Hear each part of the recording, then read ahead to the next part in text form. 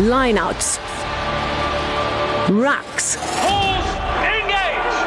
What an amazing try! tries, and tackles, dissected by South Africa's top rugby minds. That is world class! This is To The Last Drop, your weekly in-depth rugby podcast with Liam Delcom and Brenden Nell.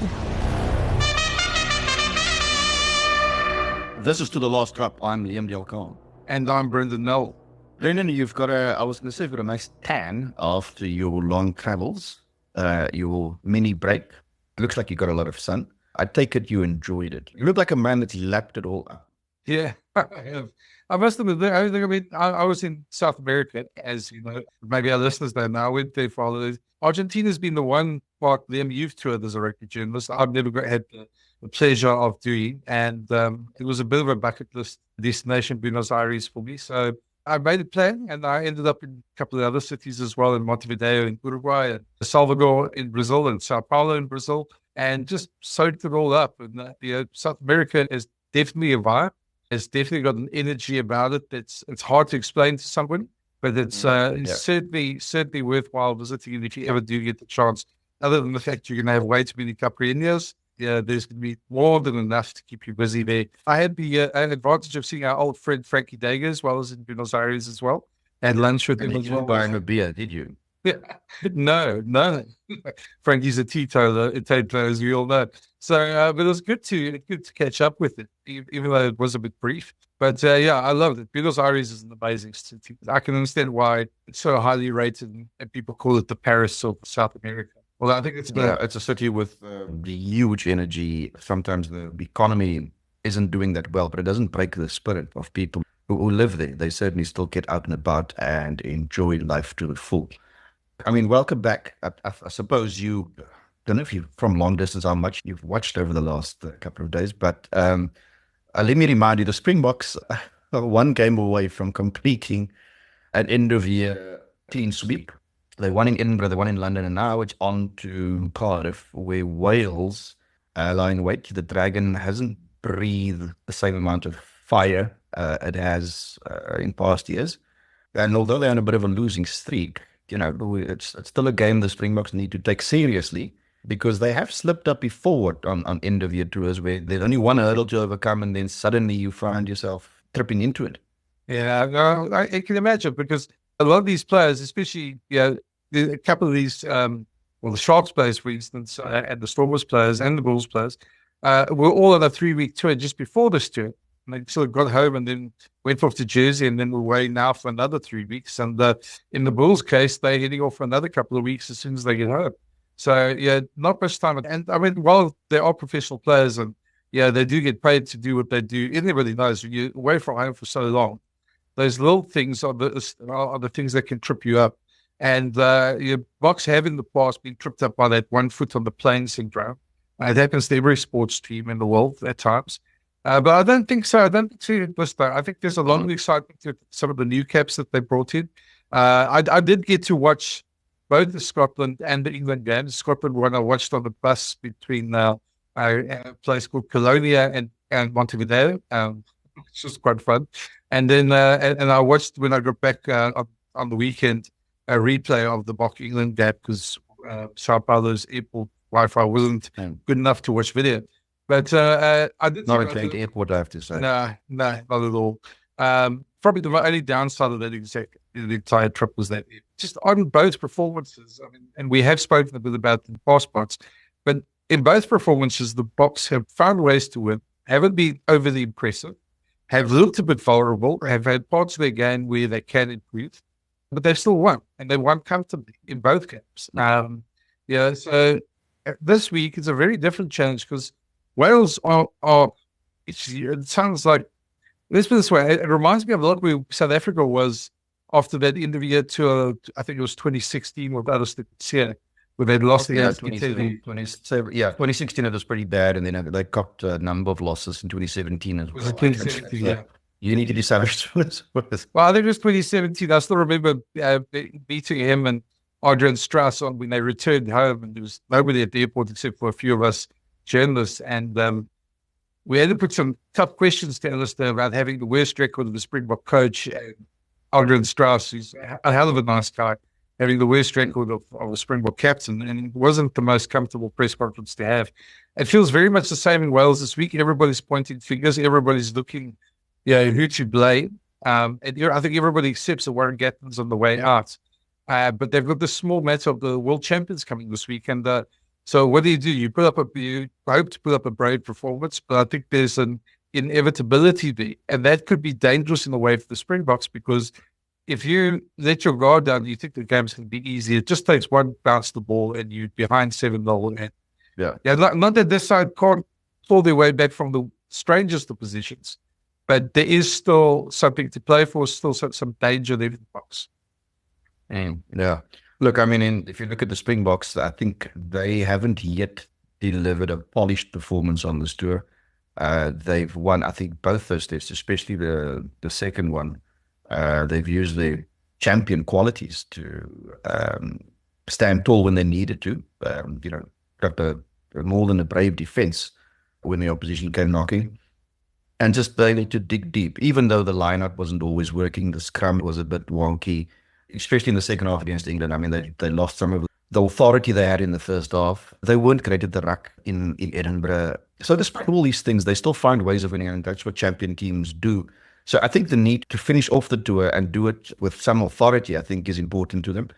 And then I think also the fact that they have slipped up in those last games on tour before, in 2018, for instance. I know they lost the first game of that tour to England by a point, but then they also lost to Wales in the last one, which was a little bit unexpected in that if you look at the personnel that was gathered for that game, you'd have expected the Boks to win. I mean, they had Kitsov and Malherbe, had his name was the starting group, and I think even Etzebeth was off the bench. Sia played, Peter Steff played. It was still a very strong side, and they slipped up then. And then, of course, end of year tour 2021 against England, the last one, they also lost by a point, also with a strong team. So I think there's enough there to put them on high enough alert this week to try and deliver a proper performance. And you're right, I think the squad they've put together for this particular fixture is just about spot on. Yeah, I think the one thing about Wales, which we've seen over the years, and maybe not the last 2 or 3 fixtures, is they're the one team who don't really have an issue about standing up physically to the Boks. They actually quite enjoy it. They don't always get it right, let's put it that way. But I mean, the physicality part, which everybody else talks about. I mean, I listened to a podcast last week while I was traveling of Courtney Laws telling everybody who would listen how England had to get in the Boks faces. The only way they were going to win was to dominate them up front. And I thought to myself, geez, if we could roll out every cliche that's been spoken about the Boks in the last 30 years, that'd probably be it. And they're not quite that team anymore. Wales normally enjoy the physical part, and they've got some players that can stand up to the physical part. Not always for 80 minutes. And I think I was about to make the point. I've seen this movie before where it's huff and puff and it's 65 minutes and then suddenly there's a moment. You don't want the likes of, I'm talking about previous tours, of course. I mean, a guy like Willem Albert's running at you all the time. Yeah. It's not the most pleasant thing. You may make the first 5 tackles, but eventually there's going to be a soft shoulder. Yeah, and I think out wide, I think the Boks just, with that sort of go forward ball, the way they're playing at the moment, they get good quality ball on the outside. They manage to make sort of gaps and open up defenses a lot more. And I think if you're on the receiving end of that sort of punishment for 65 minutes, there are going to be a lot of gaps. And the one thing I do think counts a lot in this Boks side's favour, not only that number one and all this stuff, is that players like Jordan Hendricks played in July against Wales. So he had a nervy start there. He's now selected with his brother. I think there's going to be a lot of excitement amongst them, amongst their family, and amongst some of the other players for this, because it is a very interesting, intriguing combination of Boks. So he shouldn't be as nervy as he was at Twickenham. He should be a lot more settled. And I think when you look at that, the backline they picked outside him was basically the backline from last week at Twickenham against England. So there's enough quality out there. And on the inside, Sia and Jasper, I know Elrich is also there, but probably Elrich doesn't have as many caps as the rest of the guys, and probably still playing his way into a more permanent spot in the Boks team. But the 2 halfbacks certainly have enough experience around them And there's also the insurance on the bench of Andre Cobus Reinhardt, that there's not much to worry about. The one I'm excited about, there is Cameron Hanekom on the bench. And I mean, I've received a couple of messages from Welsh mates who said it's so good that he's on the bench so they can see what happens in the first half and then do WWF style, make the big reveal and then take off his jacket and have a Welsh jersey on. Some of my Welsh friends believe that's going to happen. I said they've been watching too much. I was thinking about the attitude, but yeah. But yeah, I mean, look, anyone who spoke to Cameron, I think he said it many times as well. Wales was never an option for him. It was more media thing driven on that side. And I can't wait to see him take the field. Interesting to see whether he'll take the field at 8 or at 6 or at 7, because he can play all three. I think long term he's probably more going to settle at 6. But it depends who's on the field at that stage and I suppose what the scoreline is. Yeah, no, it is an exciting element. And I think, without any further ado, we should probably listen to what the head coach, Rassie Erasmus, had to say about it, and maybe a word or two from Carme.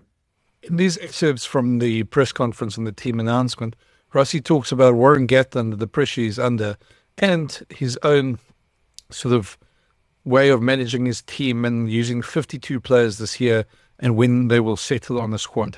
Yeah, I think more importantly is I think they deserve, we've been chopping and changing and really testing different combinations, and we could have played Kobus, Herschel, Yankees. There's so many guys who's played for us in this year, even Mormay of the Lions, but each Forster, they worked out for the two brothers. They deserve a chance together. Jordan had one chance, and Jaden is pretty settled in our team, so we're glad for them. But I think more than the family thing, that's a warm, fuzzy feeling, but the performance is very important. Yeah, as I always say, it's very tough to talk about other people's situation, but since you asked the question, I'll open try and answer it as best I can. Obviously, we were totally different. We were a new coaching staff that came in, and then it's easy to start a new culture because it's almost like a new start. But I think Wales is in a totally different scenario just for the sake of Warren can't all of a sudden become a bad coach with his track record. And the players that they have, if you look at them individually, they are definitely, there's some world-class players in there. I know the record of losing 11 in Trot is obviously not great, but whenever we play a team that's backs against the wall, if I can put it that way, well, we take ourselves back. Just before I took over, I think we lost 57-0 in New Zealand, but then the next weekend we lost by the same team against New Zealand at Newland by 2 points, and that was a weekend apart. So I don't know. I just know Warren is a great coach, and I do know they've got great players, and whatever is not clicking quite there, I think he is a guy who has fixed things before, but deeper than I've been that, I don't know the world set up to that. I think first of all is, you can't plan everything around the World Cup. If a guy's age is now 34 or 35 and he wants to end his rugby international career in 2026, you can't take that away from him because he won't be ready in 2027. A lot of players do plan their careers around World Cups. I've said it many times, a World Cup is sometimes just 6 tough games. Sometimes you put it where it's one really tough game, and then maybe if you're lucky, 2 easier ones, and then a quarterfinal, semi-final, final, where a rugby championship says 6 tough games. You can lose on the day. Not to say that the tier 2 nations, they're definitely coming up like all of us see, but it's tough it's unfair towards players getting older who's still good enough and the best in their position, which might not make 2027. To leave them out just because you are planning towards a World Cup. You must give those guys as much opportunity as we can. So I think what you've seen this year, hopefully you've seen that, is that we're trying to prolong careers, and I can't tell you who's not going to make it, who's going to make it, but that's why we are trying and sifting. But I guess probably not that it's cast in stone, but I think probably next year after the incoming series, going into the Rugby Championship, then we'll probably settle on a 33 or 35. I think you can see also that we disrespect no team by chopping and changing. It's just the way we knew we lost 2020, with COVID, and we tried to maximize this year while through that. But I guess from next year, Rugby Championships, we will start just picking the inform players. Not necessarily even go deep to the World Cup. Sam was still the best in the position, but might just stop in the year before the World Cup. Sorry for the long one. Yeah, no, I tried. And that's where we lost. I can't remember the warm-up match before the World Cup. And we had a good chat there, about the Lion series, and it's just how coaching becomes lonely and coaching becomes cutthroat. And, whenever somebody's under the pump, you don't wish anything bad on that coach. And, I wouldn't say I would love him to beat us, but I would love him to be successful. And although we bumped some heads in the past, he's a rugby man through and through. And we've certainly had very decent discussions since. And I've got a lot of respect for him, and I hope he gets the respect from everybody which he deserves. Cameron Hanekom then gave his version of how it feels to become a Springbok. He's making his debut this weekend off the bench. Of course, was targeted by Wales, but decided South Africa was always his first choice. No, I must say, so being a child, being a Jew, who's played for the Springboks, and that you become a reality on Saturday, it's unbelievable. Like feeling, I'm really grateful for it, and I'm really privileged to be here, and I'm taking the opportunity with both hands. Nice. It never crossed my mind. Honestly, small media that speculated it. But I've always been, since a young boy, I've always dreamed of playing for the Springboks, and it's always been a dream. The other thing about this fixture, which is quite intriguing, is I know Rassie said as well that they buried the hatchet here, but there's quite a history between the two of them. It's feisty history. And I mean, you and I were both around in the 21, that bizarre British and Irish Lions tour. And while Rassie was made the villain by everybody because of the video of the refs, Gatland was doing his fair share behind the scenes to pull strings and to drive the media narrative, especially amongst the UK press. So there's no love lost between those two. I hope they have both buried the hatchet, as they say they have. But it would be rather ironic if Rassie actually ends Gatland's Wales career this week. There's probably every possibility that would happen. I mean, if you have that kind of losing streak, if Warren Gatland wasn't in charge of Wales, if it was any other coach, that coach would probably have lost his job by now. If, over a losing streak that stretches over double digits. I mean, so yeah, I suppose there's every chance of it stretching out to 12, and and then obviously Wales have to do something about it, and that would be probably the most obvious thing. Yeah, I think the one thing that also comes to mind is just what does it mean in the long term for Welsh rugby? Because we've been there before with South African rugby, and you need to make the right decisions when you're in a situation like this. And the Boks did make the right decision in bringing in Rassie Erasmus. A new coach is going to want certain things. I'm not quite sure the Welsh club system is all that it should be at the moment. And they've got a number of problems themselves in terms of that. So it might just be, doesn't matter who the coach is that they bring in, the environment needs to change in a lot of ways. And I think that's a much bigger task for Wales rugby as well. So we're thinking of our Welsh friends. We really enjoy them. They get people to have a beer with, a pint of brains. There's certainly some brains needed in the way they head forward in this, in the way they plot their path forward after this test. And there's your to the last drop contribution right there. Yeah, anyone who's had brains will understand what he's saying. It's a lovely beer in Cardiff. It's always been one of the funniest ones for me to name a beer brains, but anyway.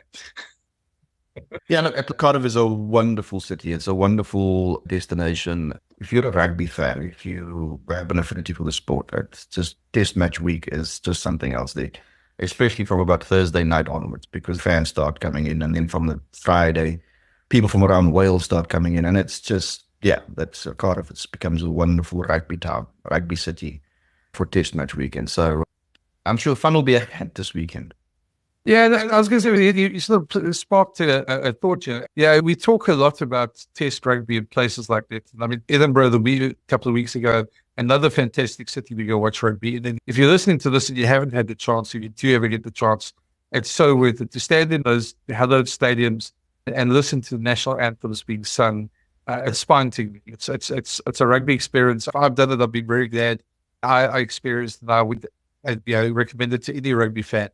And then we get these reports coming out. You and I haven't had a chance to talk about it, but of this breakaway pro league that's going to come. And there's all this American money that's going to back and take 280 professional players out of the game and have this traveling circus to rugby stopping grounds like Chicago, Houston, all these places that they reckon they're going to take teams to play every week in a competition. Well, that's what's been muted, this IPL type style competition.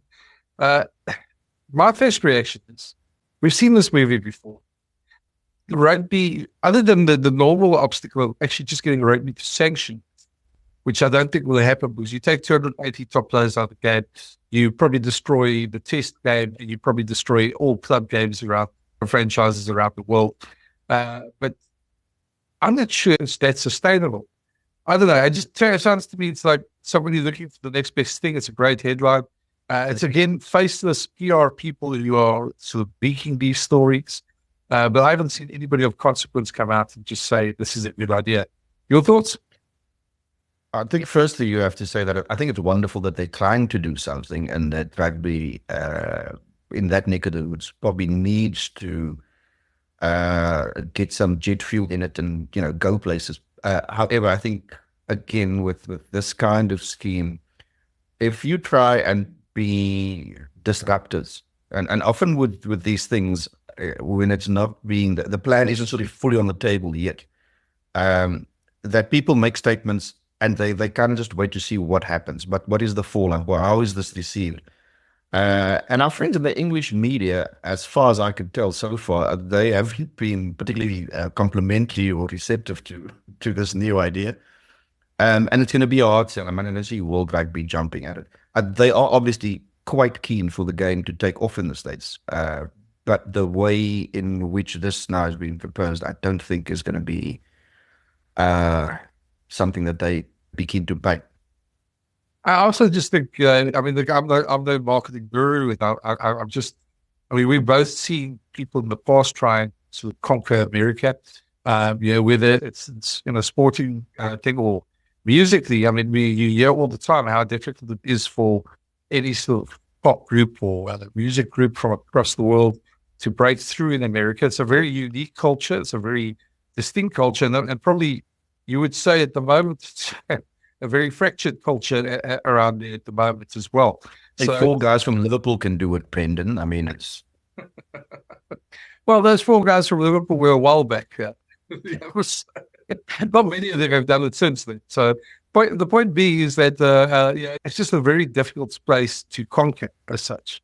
And what it means for the rest of the game, I think there's going to be some, if it does go ahead or if there's any sort of concrete plans, I come back to my old gripe of fixing the global game first, because the one thing these last couple of weeks have shown, and I dare anybody to have this conversation, is the one thing that the last couple of weeks have shown, the drama of the last 3 weeks, when you're watching Ireland, New Zealand, or France, New Zealand, or your Springboks playing, is that there's something on the line. There's drama. There's something to play for each team. And that's, to me, I mean, club rugby games tend to come and go, and there's some great ones that come around. But in the test arena, that's still a pinnacle for me. And when you see some of the games that we've seen in the last couple of weeks, you can understand why. Yeah, I mean, the global season is something that how many times have we spoken about this over the last 2 decades, just about, if not longer.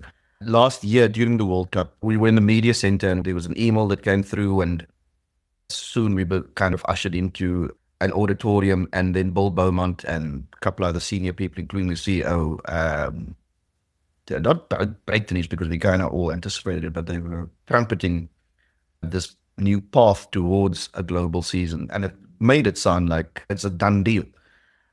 We know now, more than a year down the line, that what they were selling then was just they were just blatant smoke. I mean, we're not anywhere closer to securing a global season, but it was done with a fair amount of fanfare. The world's rugby media certainly assembled in one room, and 1 year down the line, they haven't moved forward. Sounds like most things that World Rugby do, unless they tinker it with laws. Think of which. So They have a new chairman, Brenden. Maybe do, things will change. They do. Brett Robinson, former Wallaby flanker. I must admit, the initial stuff I've read coming out of the election hasn't given me much hope. It sounds more and more of the same old platitudes being said. I do find it very interesting that Australia Rugby has the chairmanship now, seeing as they have been pushed so hard by World Rugby over the last couple of years. World Rugby, of course, bailed them out in COVID when they were bankrupt. They've got the Lions Tour, and they also get the World Cup given to them. So, and now the chairmanship of World Rugby. The thing that comes with that chairmanship is that is so easy just to protect the interests of the top 8 or 10 nations in World Rugby. If you're going to make fundamental change, you really need to make some bold decisions. I'm not quite sure from the initial statements that have been made after the election that we're going to see any bold changes. I think it's going to be more of the same, more rugby lurching into the same. Well, I mean, yeah. As you said earlier, it's just the normal stuff. I mean, there was nothing in the sort of bullet points, the things that he will be driving in the next 4-year term that got you sitting up thinking, okay, unlike, I would say, when Augustine Pichot ran a couple of years ago against Bill Beaumont, there was the real promise of a big shake-up in rugby, and of course he got voted down. But in Robinson's case, I mean, it's the normal things. I mean, it's just the financial sustainability, it's the execution of the next phase of World Rugby's global growth. What does that mean? It's things like competitions that drive audience engagement. Well, we've had that one a few times as well. Well, fan and player growth investment. What does that even mean? There's nothing exciting there. And we probably also have to add that he wasn't necessarily South African rugby's horse the day. I mean, their support was behind the former French flanker in running it. Abdel Benazi, who fell just short after the second round of voting because he got 25 votes and Robinson 27. So it was desperately close. Yeah. No, well, I mean, that's the thing. I mean, nothing that you mentioned there, those bullet points, really excites me. But to me, and that's one of the things, we never really get a chance to have a sit down. Because these guys are all based in Europe, they tend to, when they do interviews, do it with European media and mostly friendly media, let's be honest. But they don't really sit down, get World Rugby for adversarial interviews. So there's questions I want to ask. For instance, what's the influence of Middle Eastern money going to be in terms of you wanting to get financial stability for rugby? There's obviously several other questions that come into that. If you start taking money from those parts, we've also seen that just by giving more money to billionaires like golf has done, hasn't really improved the game. It hasn't really taken over golf. In fact, you could probably argue the opposite. It's probably cheapened the game in a way. So there's those type of questions. What happens if you have this test league that's going to go ahead? What happens to nations like Georgia, Portugal, Spain, who've shown some real promise in the last couple of years at fans over at World Cups? What happens to that? And how does rugby actually grow from just beyond a team sport? I don't know. I don't see those answers. I'm not quite hopeful we can ever get them. But I suppose we have to wait and see and have to give it a chance. Yeah. I'd be more surprised if anything does it. Yeah, it almost sounds like this is a podcast on its own. I mean, there's enough fodder there to have the podcast on its own. So probably a matter we should, let it for now. And give them the opportunity to do whatever they've set out to do. Well, I'll tell you what, I'll put out some feelers, take a long sort of fishing rod and throw it over to Dublin and see if anybody there wants to talk about it.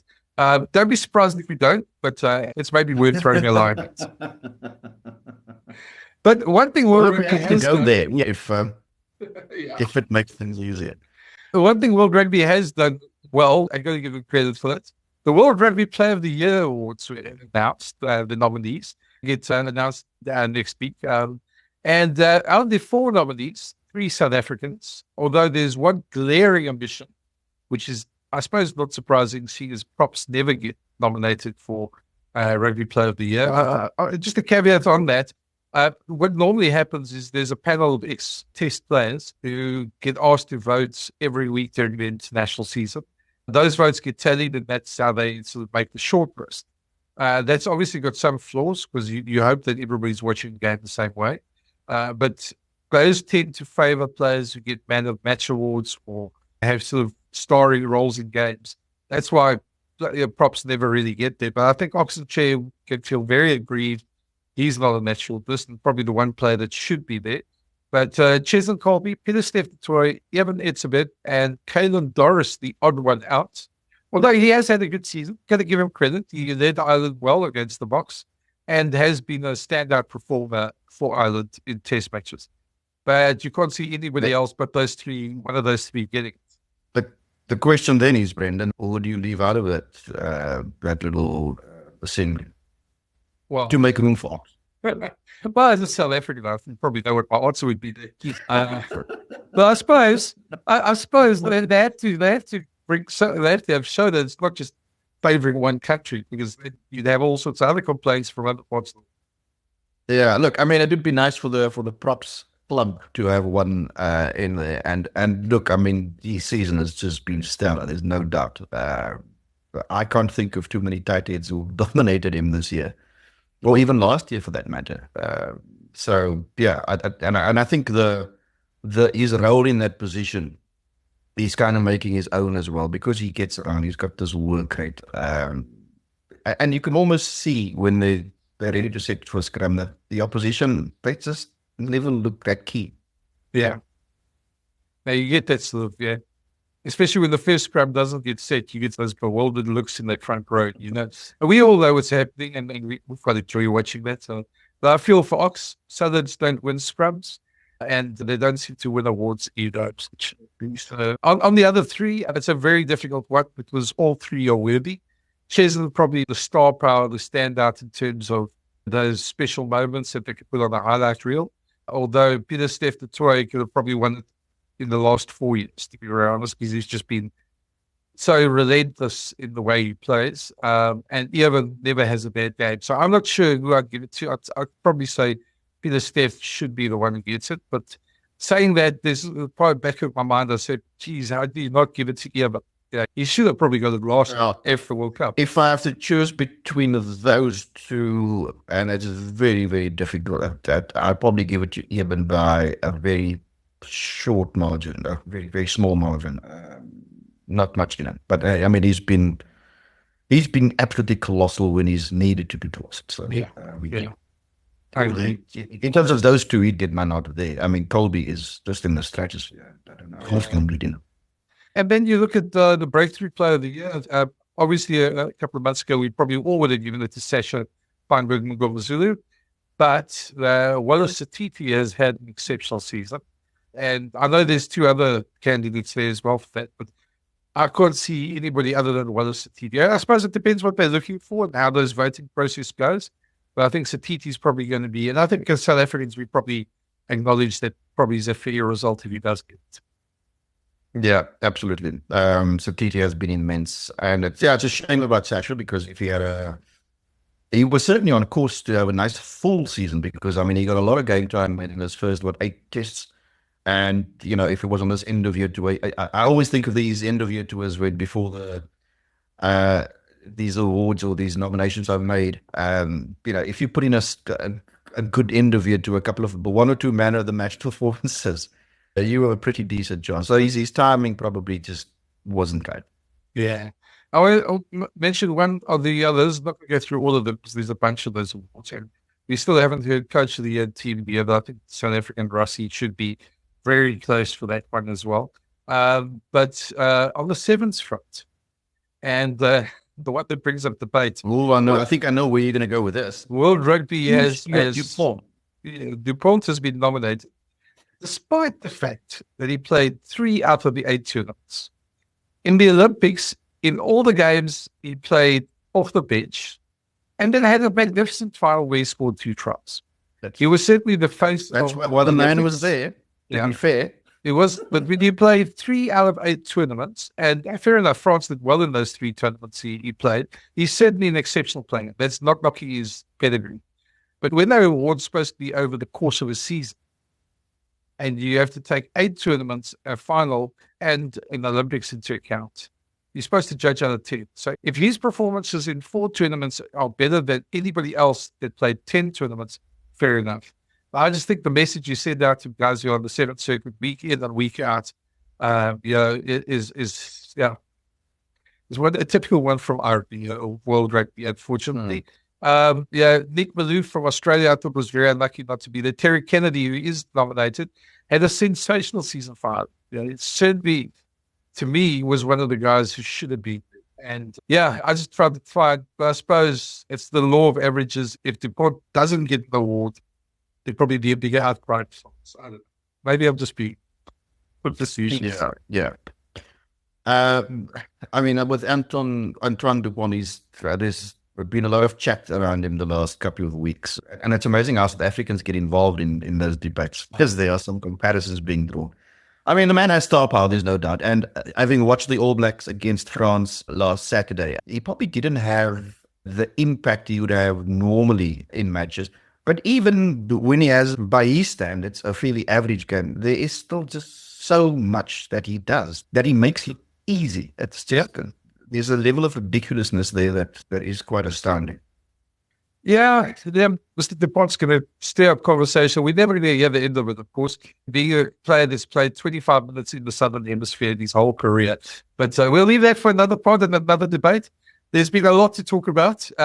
We've enjoyed this one, even though we didn't have a guest. It's been good to be back here, and looking forward to see what Cameron Hanekom and Jordan Hendrickson can do this weekend. It's going to be a big match.